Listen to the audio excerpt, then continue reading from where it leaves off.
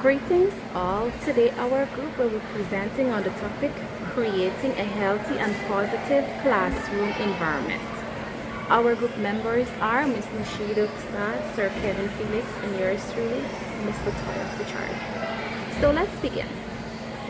A positive classroom environment is essential for effective teaching and meaningful learning.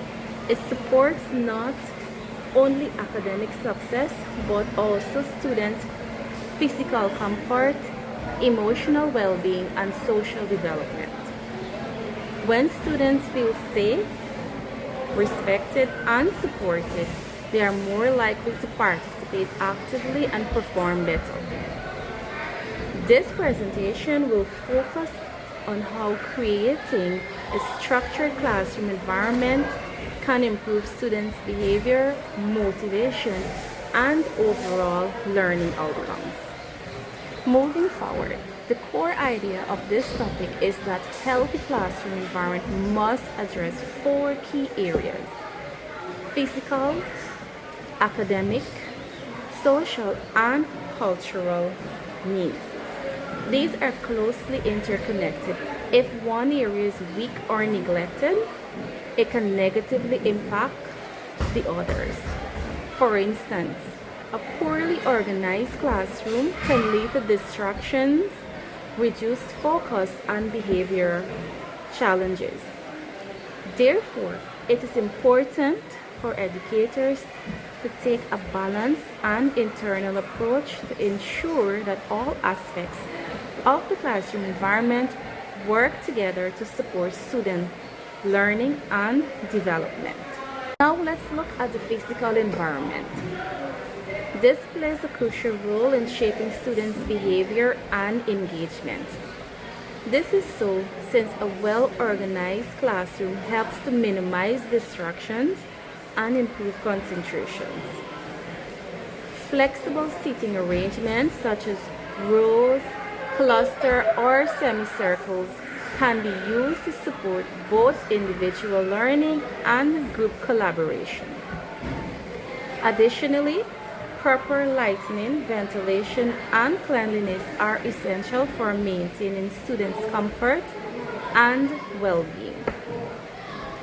Visual elements such as charts, posters, and display of students' work also help to create an engaging and stimulating learning environment. Overall, a structured and comfortable physical environment promotes discipline, focus, and active participation. So my next group member, Sir Kevin Felix, will continue. Thank you. Academic environment. Strong classroom management also depends on lesson design, differentiation, feedback, or growth-oriented learning culture. What the teacher does: set explicit objectives and well-structured lessons so students know what success looks like. Differentiate tasks using visuals, collaborative work, practical activities, and digital tools. Use quizzes, games, peer tutoring, and problem-solving tasks to keep students actively learning. Treat mistakes as information for improvement and provide feedback that is timely, specific, and actionable. And this shifts students from a performance mindset to a learning mindset. Students' experience and outcomes. Clarify students' understand expectations, more focus. Choice different ways, showing learning increase participation and motivation. Feedback timely comments build confidence and help students improve. Growth raising efforts and persistence encourages academic risk taking. We now move on to the social environment.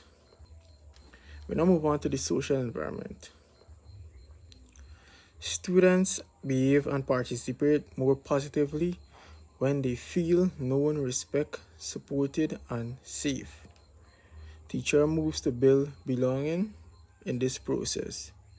Or teachers feel more belonging in this process, right? From positive relationships, the students feel personally known, supported, and motivated to do their best. Moral respect in tone, body language, listening, and confidentiality so learners experience genuine care. Use cooperative learning, peer tutoring, and group discussion to strengthen teamwork and communication. It helps to set clear rules and reinforce positive behavior consistently to establish fairness and emotional safety. And this also gives care, respect, cooperation, and belonging. Thank you. Thank you, sir. So now I'll focus on the cultural environment. Now, the cultural environment or dimension will result in the classroom either being positive or not. So this assignment will focus on the learner curriculum and how it reflects or how it helped to create a positive classroom setting. Now, we as educators and as educators in our country, Guyana, we should use our local music, Guyanese literature, folklore, and this will give the students opportunity to share their culture or what they were exposed to while growing up. Now, it is also important to respect the language diversity and create support for learners from different backgrounds, including, for example, we have in our country Venezuelans, so we have Venezuelan students. Now, I would like to stress that cultural responsiveness is not an extra topic. It is directly support engagement, belonging, equity, and classroom harmony. So by reducing marginalization and affirming student identity, we can create a positive classroom climate. Now this will take me to my other discussion, which is from theory to practice, a classroom action plan. So this is what we think can actually work.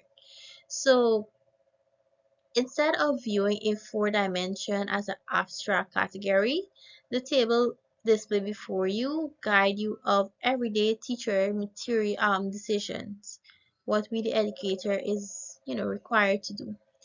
Now each dimension, if you look at it, the teacher makes intentional choices, then the students experience the classroom differently and this specific results follow. This is useful to emphasize because it shows that healthy classroom environments are designed and not accidental.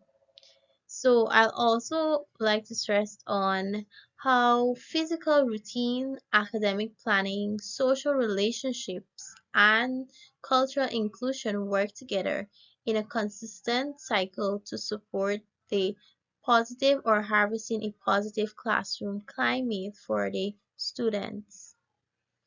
Now, it is important as educators that we be thoughtful of our management and also to better our learning condition and for better it for the students. We must hear and listen each student and try to meet their needs.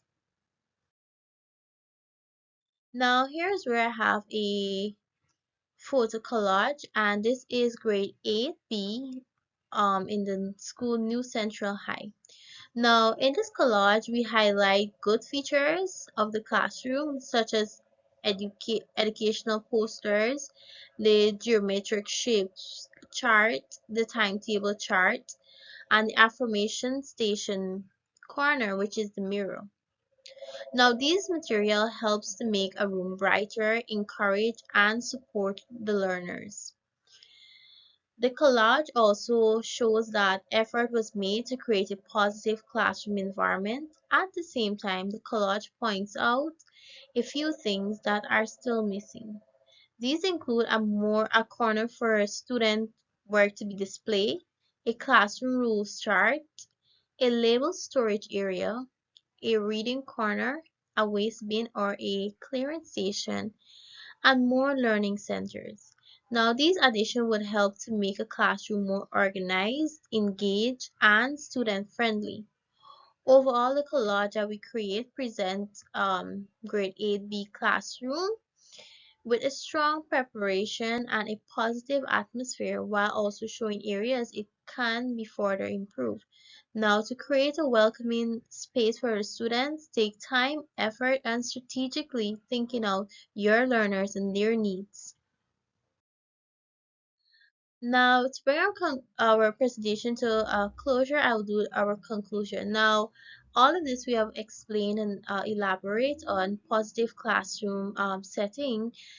We'd like to say that the conclusion draws together the full argument of the assignment. A positive classroom is created when teachers deliberately plan for students to feel safe, seen, stretched, and supported. The final message is that classroom management works best when the environment, instruction, relationship, and culture responsiveness aligns with each other. Now, our group would have present and restate that student behavior improve when the classroom is healthy and inclusive, not merely controlled or dominated or what we know to be teacher centered. The concluding takeaway should sound more practical in a way that we would like you to know a well-managed classroom is one where learners are comfortable, respected, also challenged, and motivated to participate in um, responsibly in in their own growth and achievement. Generally, we as educators create a space and should aim to create a healthy classroom space for our learners because this will help them develop and grow in their initial stage to prepare themselves for the next stage, which can be adulthood. Thank you for listening, and these are the resources/references that we would have used.